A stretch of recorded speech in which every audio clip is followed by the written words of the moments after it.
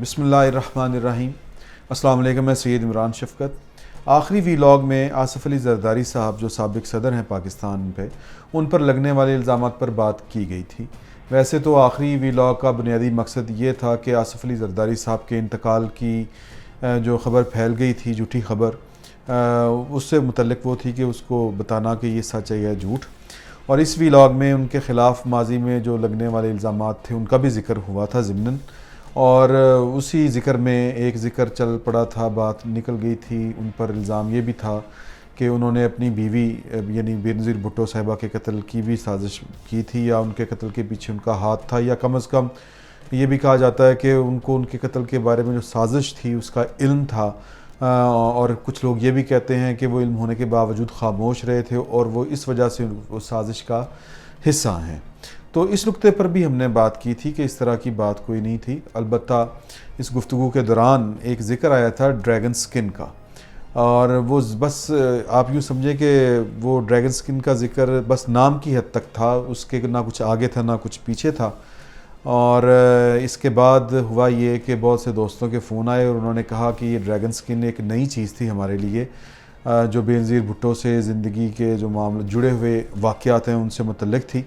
تو اس پہ بھی ذرا بات چیت جو ہے وہ تھوڑی سی ہو جائے تاکہ جو تشنگی ہے وہ باقی نہ رہے۔ تو دوستو، میں آپ کو بیسیکلی آپ یوں سمجھے کہ اس ڈریگن سکن کی جو پوری بات ہے وہ جو بتانے کا مجھے حکم ہے میں وہ آپ کو بتانے جا رہا ہوں، اور دوسرا یہ کہ میں ان دنوں کی بھی آپ کو بات بتاؤں گا جب بینظیر بھٹو پرویز مشرف کے ساتھ رابطے میں تھی، اور یہ کہ ان کے درمیان جو خفیہ رابطے ہوئے تھے وہ کیا رابطے تھے اور تب کیا کیا ہوا تھا۔ زرداری صاحب ان دنوں کتنے سرگرم تھے، کتنے فعال تھے، کتنے متحرک تھے، اور کیا جب بینظیر بھٹو پرویز مشرف کے ساتھ بات چیت کر کے پاکستان اپنی واپسی کے راستے تلاش کر رہی تھی، کیا تب آصف علی زرداری ان کی موت کے لیے کوئی جال بن رہے تھے، اور آخر میں پرویز مشرف کے ساتھ جو بینظیر بھٹو کے رابطے تھے وہ اس کا ذکر کریں گے کہ وہ کس نے کروائے تھے۔ یہ سب سننے کے لیے آپ تیار ہو جائیں۔ یہ بڑی دلچسپ کہانی ہے، اور کہانی کو ہم یوں سٹارٹ کرتے ہیں کہ پرویز مشرف کے بارے میں امریکہ کو پوری طرح یقین ہو گیا تھا 2007 کے شروع میں ہی، کہ بلکہ اس سے بھی پہلے 2006 کے آخر میں ان کو یقین ہو گیا تھا کہ جو دہشت گردی کے خلاف جنگ میں پرویز مشرف امریکہ کو ڈبل کراس کر رہے ہیں۔ ایک طرف وہ طالبان کو امریکہ کی مدد سے مروا رہے ہیں، کن طالبان کو؟ ٹی ٹی پی والے طالبان کو، جو تحریک طالبان پاکستان والے لوگ تھے، ان کو نہ صرف خود مار رہے ہیں بلکہ امریکہ کو بھی ساتھ ملا کے ان کو مار رہے ہیں۔ لیکن دوسری طرف جو امریکہ کو انتہائی مطلوب دہشت گرد ہیں، جیسا کہ حقانی نیٹ ورک وغیرہ تھا، تو وہ پاکستان ان کے لیے پناہ گاہ بنا ہوا ہے۔ پرویز مشرف صاحب ان کو سپورٹ کرتے ہیں، اور آپ کو یاد ہوگا تب بھی ایک ٹرم چلی تھی یا ایک اصطلاح چلی تھی گڈ اور بیڈ طالبان کی۔ تو 2007 میں جو یہ باہمی بد اعتمادی تھی بش انتظامیہ کی، جارج ڈبلیو بش کی، اور پاکستان کی جو حکومت تھی اس وقت کی، یہ بہت اپنے عروج کو پہنچ چکی تھی، یعنی ایک دوسرے کی یہ شکل دیکھنا گوارا نہیں کرتے تھے۔ اب جارج بش کو ان حالات میں ایک نئے بندوبست کی ضرورت تھی اور ایک نیا سیٹ اپ چاہیے تھا ان کو یہ جنگ جیتنے کے لیے، کیونکہ اگر وہ یہ ناکام ہوتے ہیں تو پھر ان کی جو پالیٹکس تھی اور امریکہ کی جو ساکھ تھی یہ دونوں خطرے میں تھی۔ ان حالات میں بینظیر بھٹو کے جو امریکہ میں موجود امریکی دوست جو تھے، جن میں آپ کہیں کہ سر ایورسٹ جج ولیم ویبسٹر، وہ سابق اٹارنی جنرل بھی تھے، سابق ڈائریکٹر CIA کے بھی تھے، اور مارک سیگل ایک لابیسٹ تھے، ایک جرنلسٹ بھی آپ ان کو کہہ سکتے ہیں، انہوں نے واشنگٹن میں حالات سازگار بنائے بینظیر بھٹو کے لیے، وائٹ ہاؤس سے لے کر، اور جو کانگریس کے جو اراکین ہیں ان کے ساتھ انہوں نے گفت و شنید کی، اور جو بینظیر بھٹو کی ایک نئی تھیوری تھی وہ پیش کی اور ان کو اس پر قائل کیا۔ بینظیر بھٹو کے ساتھیوں نے واشنگٹن سرکار کو دہشت گردی کے خلاف جنگ میں جو ناکامی کی وجہ ہے وہ یہ ان کو سمجھا دی یا بتا دی یا یہ سیل کر دیا انہوں نے یہ پوائنٹ کہ یہ پرویز مشرف اور ان کا جو قائم کردہ سیٹ اپ ہے، پولیٹیکل سیٹ اپ، یہ اس کی وجہ سے ہے، کیونکہ یہ ایک کہنے کے اقتدار یا سیٹ اپ جو ہے وہ بزور قوت قائم کیا گیا ہے اور اللیجیٹیمیٹ ہے، اس کو عوام کی حمایت حاصل نہیں ہے، تو لہٰذا پرویز مشرف جو بھی کام کریں گے اس کے پیچھے عوام کی حمایت حاصل نہیں ہوگی، اور دہشت گردی کے خلاف جو جنگ ہے یہ عوامی حمایت کے بغیر بالکل نہیں جیتی جا سکتی۔ یہ بات امریکیوں کو دل کو بھی لگی، اور تب حالات یہ بھی تھے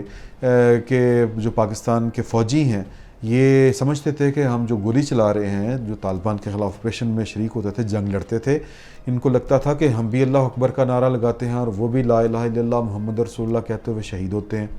گولی کھاتے ہیں۔ تو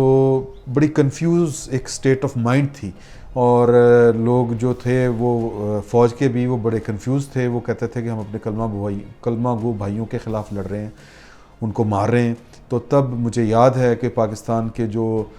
جید علماء اکرام ہیں، جن میں سر فہرست تھے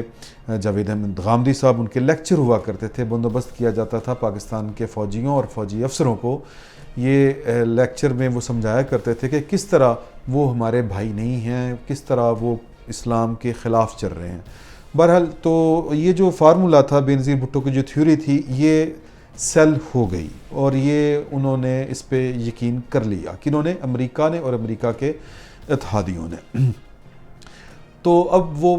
وہ سے مراد ہے کہ امریکہ اور امریکہ کے اتحادی پاکستان میں اب ایک ایسا سیٹ اپ لانے کا فیصلہ کر چکے تھے جس کو عوامی تائید حاصل ہو۔ اس کے لیے امریکہ اور برطانیہ نے اپنی کوششیں تیز کر دیں۔ بینظیر بھٹو کو امریکہ اور امریکی میڈیا کی مکمل تائید حاصل تھی۔ وہ امریکی میڈیا کے لیے خصوصاً بڑی فیورٹ پرسنالٹی تھی۔ شجاع نواز صاحب جو ہیں دی بیٹل فار پاکستان کے مصنف جو ہیں، وہ یہ کہتے ہیں کہ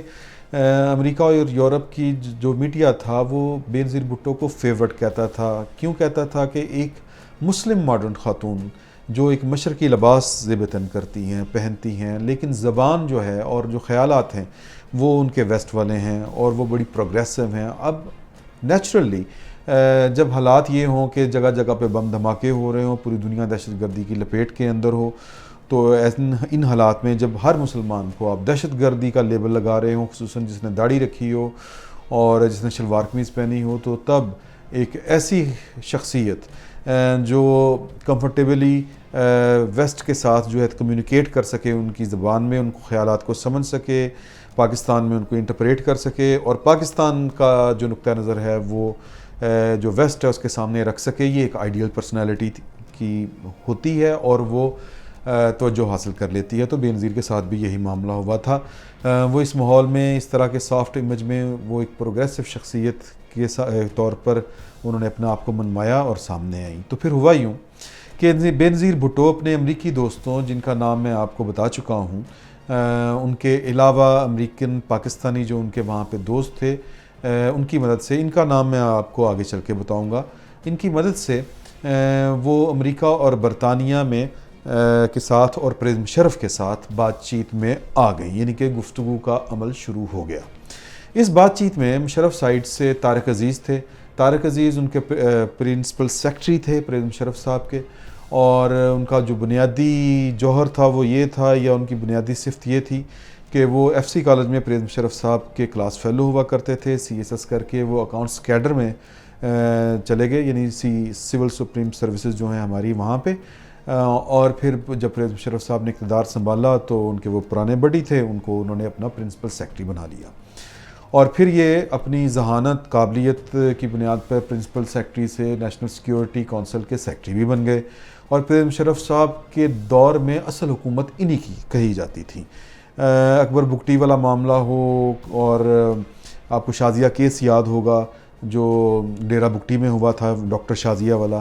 اس میں بھی، اور بھی بہت سے معاملات میں طارق عزیز جو تھے وہ ہمیشہ فرنٹ پر ہوتے تھے۔ امریکہ کے ساتھ مذاکرات میں بھی وہ پیش تھے، اور انہوں نے کئی امریکیوں کے ساتھ اسلام آباد سے ملاقات کی۔ اس کے علاوہ پریز مشرف صاحب کی جو طرف سے جو ٹیم تھی اس میں شامل تھے لیفٹیننٹ جنرل حامد نواز، پریز مشرف صاحب کے چیف آف سٹاف ہوا کرتے تھے۔ اسی طرح اس دور کے جو ڈی جی تھے ISI کے، جنرل اشفاق پرویز کیانی، وہ فریق تھے، یا وہ کہہ لیں آپ وہ شخصیت تھے جنہوں نے بینظیر بھٹو کے ساتھ آن فرنٹ ڈائلاگ کیے۔ اس کی وجہ یہ تھی کہ پرویز کیانی صاحب جب وزیر اعظم بینظیر بھٹو ہوا کرتی تھی پاکستان میں، آخری دفعہ وزیر اعظم تھی، تو پرویز کیانی صاحب بطور کرنل،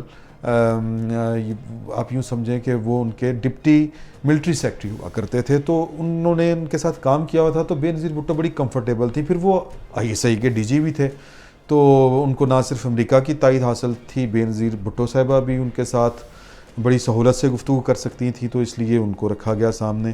پھر ان مذاکرات میں پرویز مشرف صاحب کی طرف سے میجر جنرل احتشام ضمیر صاحب، یعنی کہ ڈی جی تھے وہ انٹرنل، یا آپ کہہ لیں ڈی جی پولیٹیکل کہہ لیں ان کو، یا یہ کہہ لیں کہ وہ اشفاق پرویز کیانی صاحب کے ڈپٹی تھے۔ جو 2002 کے الیکشن تھے ان میں وہ جو ساری شیشہ گری تھی، آپ یوں سمجھیں ساری جو سیاسی سرکس جو ہوئی تھی وہ ساری کی ساری انہوں نے کی تھی۔ الیکشن انہوں نے کروائے تھے، کاف لیگ انہوں نے بنوائی تھی، اور سیاسی بندوبست جتنا تھا وہ سارے کا سارا احتشام ضمیر صاحب نے کیا تھا۔ اب وہ فوت ہو چکے ہیں، اور امریکہ کی طرف سے کنڈولیزا رائس تھی سیکرٹری آف دی اسٹیٹ، وزیر خارجہ، یعنی کہ امریکی صدر جو تھے ان کے سیٹ اپ میں جارج ڈبلیو بش کی وہ وزیر خارجہ ہوا کرتی تھی۔ Richard Boucher deputy secretary of the state for south and central Asia, وہ تھے ان مذاکرات میں، اور وہ تواتر سے ملا کرتے تھے بے نظیر بھٹو کے ساتھ اور پرویز مشرف صاحب کے ساتھ۔ انگلینڈ کی طرف سے ان مذاکرات میں یا ان ڈائلاگز میں جو فرد شامل تھے ان کا نام تھا مارک لائل گرانٹ۔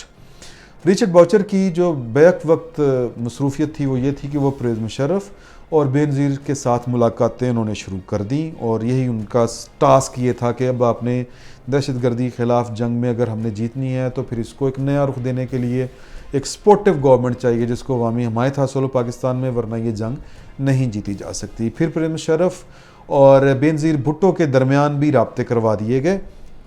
اور بے نظیر بھٹو اور پرویز مشرف صاحب متعدد بار فون کے ذریعے ایک دوسرے سے رابطے میں رہے۔ رچرڈ باؤچر کہتے ہیں کہ میں نے ان ملاقاتوں میں اندازہ لگایا کہ بے نظیر بھٹو جلد از جلد حکومت میں آنا چاہتی تھیں، اور اس کے لیے انہیں پرویز مشرف کی برائے نام قسم کی صدارت بھی قابل قبول تھی، یعنی کہ وہ پرویز مشرف کے ساتھ بطور وزیر اعظم، یعنی بے نظیر وزیر اعظم ہوں اور پرویز مشرف صدر ہوں، تو وہ ایسی حکومت میں بھی کام کرنے کے لیے تیار تھیں۔ جبکہ پاکستان کی فوج کے بارے میں وہ کہتے ہیں، یعنی کہ رچرڈ باؤچر، کہ جو پاکستان کی فوج ہے وہ ایک طرف حکومت بھی چلا رہی تھی، سیاست میں بھی ذرا پھنسی ہوئی تھی، اور جنگی محاذ پر بھی لڑ رہی تھی، تو وہ بیک وقت 3 کام کرتے کرتے تنگ آ چکی تھی، اور ان کا یہ خیال تھا کہ اب پرویز مشرف صاحب کو معاملات علیحدہ کر دینے چاہیے فوج سے، اور یہ امریکہ کو اس کی سمجھ لگ چکی تھی، اور پرویز کیانی صاحب نے اس میں بڑا رول پلے کیا تھا۔ تو رچرڈ باؤچر کے مطابق بے نظیر بھٹو کے شوہر آصف علی زرداری بھی ان ملاقات میں جو وہ ملاقاتیں کیے کرتے تھے ان میں شریک ہوا کرتے تھے۔ شریک سے مراد ہے کہ وہ ان کو دیکھا کرتے تھے کہ جس گھر میں ہو رہی ہے ملاقات، یا پھر وہ جو نیو یارک کا انٹر کانٹیننٹل ہوٹل ہے وہاں پہ جو ملاقاتیں ہوتی تھیں تو بے نظیر کے ساتھ وہ موجود ہوتے تھے، لیکن اپنی دنیا میں مگن ہوتے تھے۔ نیو یارک سٹی میں وہ ان دنوں ان کا قیام تھا، اور وہ ہر وقت اپنی دنیا میں مگن مست رہا کرتے تھے، بالکل الگ تھلگ رہا کرتے تھے، اور ہم سیاسی گفتگو کر رہے ہوتے تھے تو وہ کوئی انٹرسٹ نہیں لیا کرتے تھے، بالکل ان کی دلچسپی 0 لیول کی تھی۔ رچرڈ باؤچر کہتے ہیں کہ آصف علی زرداری کی دلچسپی کا یہ عالم تھا کہ ایک روز میں اور بے نظیر بھٹو کسی اہم مسئلے پر تبادلہ خیال کر رہے تھے، تو آصف علی زرداری بے نظیر بھٹو کے ساتھ صوفے پہ بیٹھ کے اپنے موبائل کے ساتھ لگے ہوئے تھے۔ تو اب کالیں آ رہی ہیں، ٹرن ٹرن بیلیں ہو رہی ہیں، اور وہ یہ نہیں دیکھ رہے کہ یہاں پہ کوئی 2 بڑے لوگ نہ صحیح، ان کی بیوی اور ان کا ایک مہمان بیٹھ کے گفتگو کر رہے ہیں، تو وہ اس سے بے نیاز اپنے فون کے ساتھ کھیل بھی رہے ہوتے تھے، اور فون اٹینڈ بھی کر رہے ہوتے تھے، کالز لے بھی رہے ہوتے تھے۔ تو یعنی اسی دوران بے نظیر بھٹو چونکہ بڑے اہم معاملے پر گفتگو کر رہی تھیں، تو رچرڈ باؤچر کہتے ہیں کہ بے نظیر بھٹو نے آصف زرداری سے کہا کہ آصف، اگر آپ نے بہت ضروری فون کالز کرنی ہے تو آپ دوسرے کمرے میں چلے جائیں، ہم ذرا ڈسٹرب ہو رہے ہیں، ہم نے بڑی اہم بات کرنی ہے۔ تو خیر زرداری صاحب وہاں سے اٹھ کے چلے گئے۔ تو بات بتانے کا مقصد یہ ہے کہ وہ بڑے لا تعلق الگ تھلگ سے تھے نا اس ساری صورتحال سے، ان کا سیاست سے اور کوئی اس طرح کی کوئی دلچسپی نہیں تھی۔ آصف علی زرداری کی ان دونوں کی مصروفیات کا واقعہ ایک دفعہ مجھے ملک ریاض صاحب، جو یہ جو بیریا ٹاؤن کے جو چیئرمین ہیں، انہوں نے مجھے اس فقیر کو بذات خود سنایا تھا۔ انہوں نے کہا تھا کہ جب آصف علی زرداری صاحب جیل سے رہا ہونے کے بعد ملک سے باہر چلے گئے تو میں بے نظیر بھٹو صاحبہ کے ساتھ ملاقاتیں میری ہوتی رہتی تھیں، میں آیا جایا کرتا تھا وہاں پہ، تو میں نے دیکھا، آبزرو کیا کہ آصف علی زرداری صاحب جو ہیں وہ نہ ان کے دن اور راتیں عجیب سی ہیں، مصروفیت عجیب و غریب سی ہے، بڑی موج مستی میں وہ اپنی زندگی گزار رہے ہیں، اپنی ذات میں مگن، اپنے ہی شغل مغل میں۔ تو میں نے ایک دن کہا کہ بینظیر بھٹو صاحبہ سے کہ بی بی یہ آصف علی زرداری صاحب کو کیا ہو گیا، آپ ان کو روکتی ٹوکتی کیوں نہیں ہیں، کسی ڈسپلن میں یہ نہیں ہے، یہ بہت عجیب و غریب سی زندگی گزار رہے ہیں۔ تو اس کا جواب دیتے ہوئے بینظیر بھٹو نے ملک ریاض صاحب سے کہا تھا کہ ملک صاحب اصل میں ہوا یہ ہے کہ آصف علی زرداری نے بہت زیادہ خمیازہ بھگتا ہے میرا شوہر ہونے کا، اس کو میرا شوہر ہونے کی بہت زیادہ سزا ملی ہے اور انہوں نے بہت زیادہ قیمت ادا کی ہے، اس نے اپنی ساری جوانی مار کھاتے جیل میں کاٹتے ہوئے گزار دی ہے۔ تو اب جب وہ باہر آیا ہے تو میں اس کی جوانی اس کے دن تو واپس نہیں لا سکتی، نہ وہ جو اس نے تکلیفیں جھیلی ہیں اس کا کوئی مداوع کر سکتی ہوں، تو اب میں یہ چاہتی ہوں کہ یہ اپنی زندگی جیے، یہ دن کو رات سمجھتا ہے تو سمجھے، رات کو دن سمجھتا ہے تو سمجھے، جس کو اس کا دل کرتا ہے ملے، جو اس نے کھانا ہے وہ کھائے، جو اس نے پینا ہے وہ پیے، میں اس کو اس وجہ سے نہیں روکتی ٹوکتی۔ تو آصف علی زرداری صاحب بالکل سیاست اور ان حالات سے لا تعلق ہو چکے تھے۔ خیر رچرڈ باؤچر کی طرف چلتے ہیں۔ وہ کہتے ہیں کہ آصف علی زرداری نے میری ان ساری ملاقاتوں میں جو میں نے بینظیر بھٹو کے ساتھ کی تھی صرف 2 بار اپنی دلچسپی دکھائی تھی۔ پہلی بار جب بینظیر بھٹو نے اپنے خلاف نیب میں درج مقدمات کا ذکر کیا تو زرداری صاحب نے کہا، فوراً وہ شامل ہو گئے اس گفتگو میں اور کہا کہ ہم دونوں کے خلاف معاف کیجیے گا کہ یہ جو مقدمات ہیں نیب میں جو دائر ہوئے ہیں یہ جھوٹ پر مبنی ہیں، ہمیں سیاسی انتقام کا نشانہ بنایا جا رہا ہے اور یہ ہمیں ٹائٹ کرنے کے لیے یہ سارے مقدمے بنائے گئے ہیں۔ پرویز مشرف کو یہ پہلے بات چیت آگے بڑھانے سے یہ مقدمے ختم کرنے ہوں گے اور آپ کو یہ کروانے ہوں گے۔ اور دوسری بار تب وہ غیر معمولی طور پر سنجیدہ ہوئے تھے اور انٹرپٹ کیا تھا، انہوں نے اپنا کنسرن شو کیا تھا جب ہمیں پتہ چلا کہ پاکستان میں بینظیر بھٹو کی جان کو خطرہ ہے۔ یہ رچرڈ باؤچر کہہ رہے ہیں۔ میرا یعنی رچرڈ باؤچر کہتے ہیں کہ میں نے بی بی سے یہ سوال کیا تھا کہ آپ نے اپنی سیکیورٹی کے لیے کچھ سوچا ہے، کوئی بندوبست ہے آپ کے پاس اس سلسلے میں؟ تو اس پر آصف علی زرداری جو ہے نا وہ گفتگو میں آئے اور انہوں نے کہا کہ ہمارا جو کراچی والا گھر ہے نا بلاول ہاؤس، اس میں ایک بلٹ پروف جیکٹ پڑی ہوئی ہے۔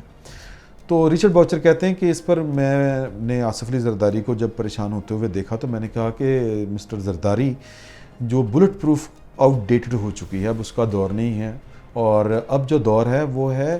نئی ٹیکنالوجی کا، اور وہ ہے ڈریگن سکن، جہاں سے یہ بات شروع ہوئی تھی۔ اب ڈریگن سکن کا زمانہ ہے۔ رچرڈ باؤچر کہتے ہیں میں نے ان کو سمجھایا کہ ڈریگن سکن ایک ہلکے وزن کا مضبوط اور قدرے باریک مواد سے بنی ہوئی ایک بلٹ پروف کہنے لباس ہوتا ہے، جو عام آپ کپڑے پہنتے ہیں نا اس کے نیچے آپ پہن لیتے ہیں، اور ہوتا یہ ہے کہ اگر آپ نے عام بلٹ پروف جیکٹ پہنی ہو تو آپ کا جو نشانہ لینے والا ہے تو وہ اس کو پتہ چل جاتا ہے کہ وہ آپ پھولے پھولے ہوتے ہیں، آپ کا ذرا چلنا پھرنا موومنٹ ذرا مشکل ہوتی ہے، تو وہ جو ڈریگن سکن ہے، اس کا نام ہی ڈریگن سکن ہے کہ وہ آپ کی چست ہوتی ہے، بہت جو سکن کے ساتھ جڑی ہوتی ہے اور بہت مضبوط ہوتی ہے، تو وہ اگر آپ نے پہنی ہو تو وہ یوں لگتا ہے کہ آپ گارڈڈ نہیں ہیں، آپ نے کوئی حفاظتی بندوبست نہیں کیا ہوا، تو پھر آپ کا نشانہ یہاں سے نہیں لیا جاتا، پھر آپ کا نشانہ وہ چونکہ یہ جگہ زیادہ ہوتی ہے، سینہ وائٹل پارٹ ہوتا ہے، تو آپ کا جو حملہ آور ہے، جو آپ کا قاتل ہے یا کسی کا بھی، وہ آپ کو وہاں سے نشانہ لیتا ہے جہاں پہ آپ نے نیچے ڈریگن سکن پہنی ہوتی ہے، تو اس سے آپ کی بڑی بچت ہو جاتی ہے۔ تو اب انہوں نے کہا کہ جی کہ زرداری صاحب نے کہا کہ یہ تو بڑی اچھی چیز ہے، ہمیں چاہیے، یہ کہاں سے ملے گی؟ تو باؤچر کہتے ہیں، رچرڈ باؤچر، کہ میں نے جو وہ کمپنی بناتی تھی ڈریگن سکن، میں نے اس کمپنی کا رابطہ کروا دیا بینظیر بھٹو اور آصف علی زرداری کے ساتھ۔ یہ دبئی میں تھے اور دبئی میں کمپنی امریکہ میں تھی، تو امریکہ نے خیر اس کمپنی نے حامی بھر لی کہ ہم انگلینڈ جا کے میں معافی چاہتا ہوں، دبئی جا کے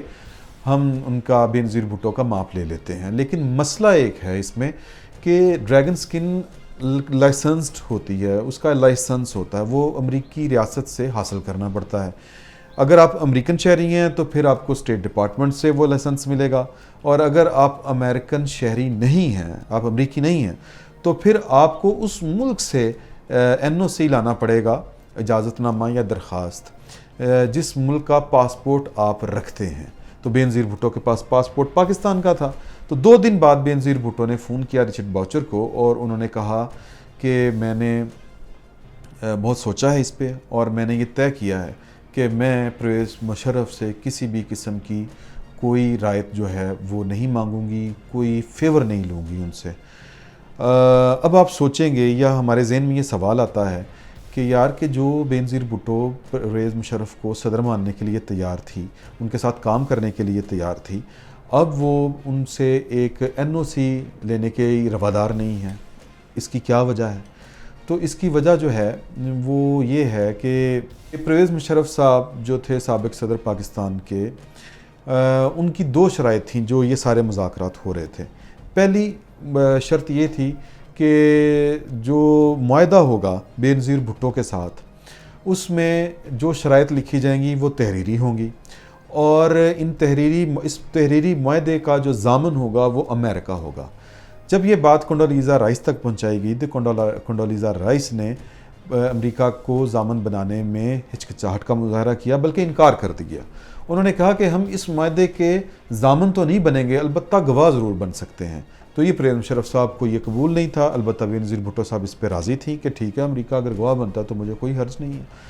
اچھا، دوسری شرط یہ تھی پرویز مشرف صاحب کی کہ بینظیر بھٹو 2008 کے عام انتخابات سے پہلے پاکستان مت آئیں، مگر بینظیر بھٹو کو یہ شرط قبول نہیں تھی. اس کی وجہ یہ تھی کہ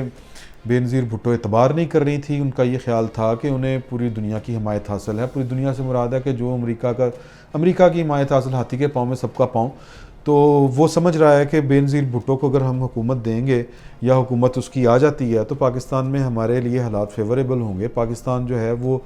دہشت گردی کے خلاف جنگ جو ہے وہ زیادہ اچھے طریقے سے لڑ سکتا ہے.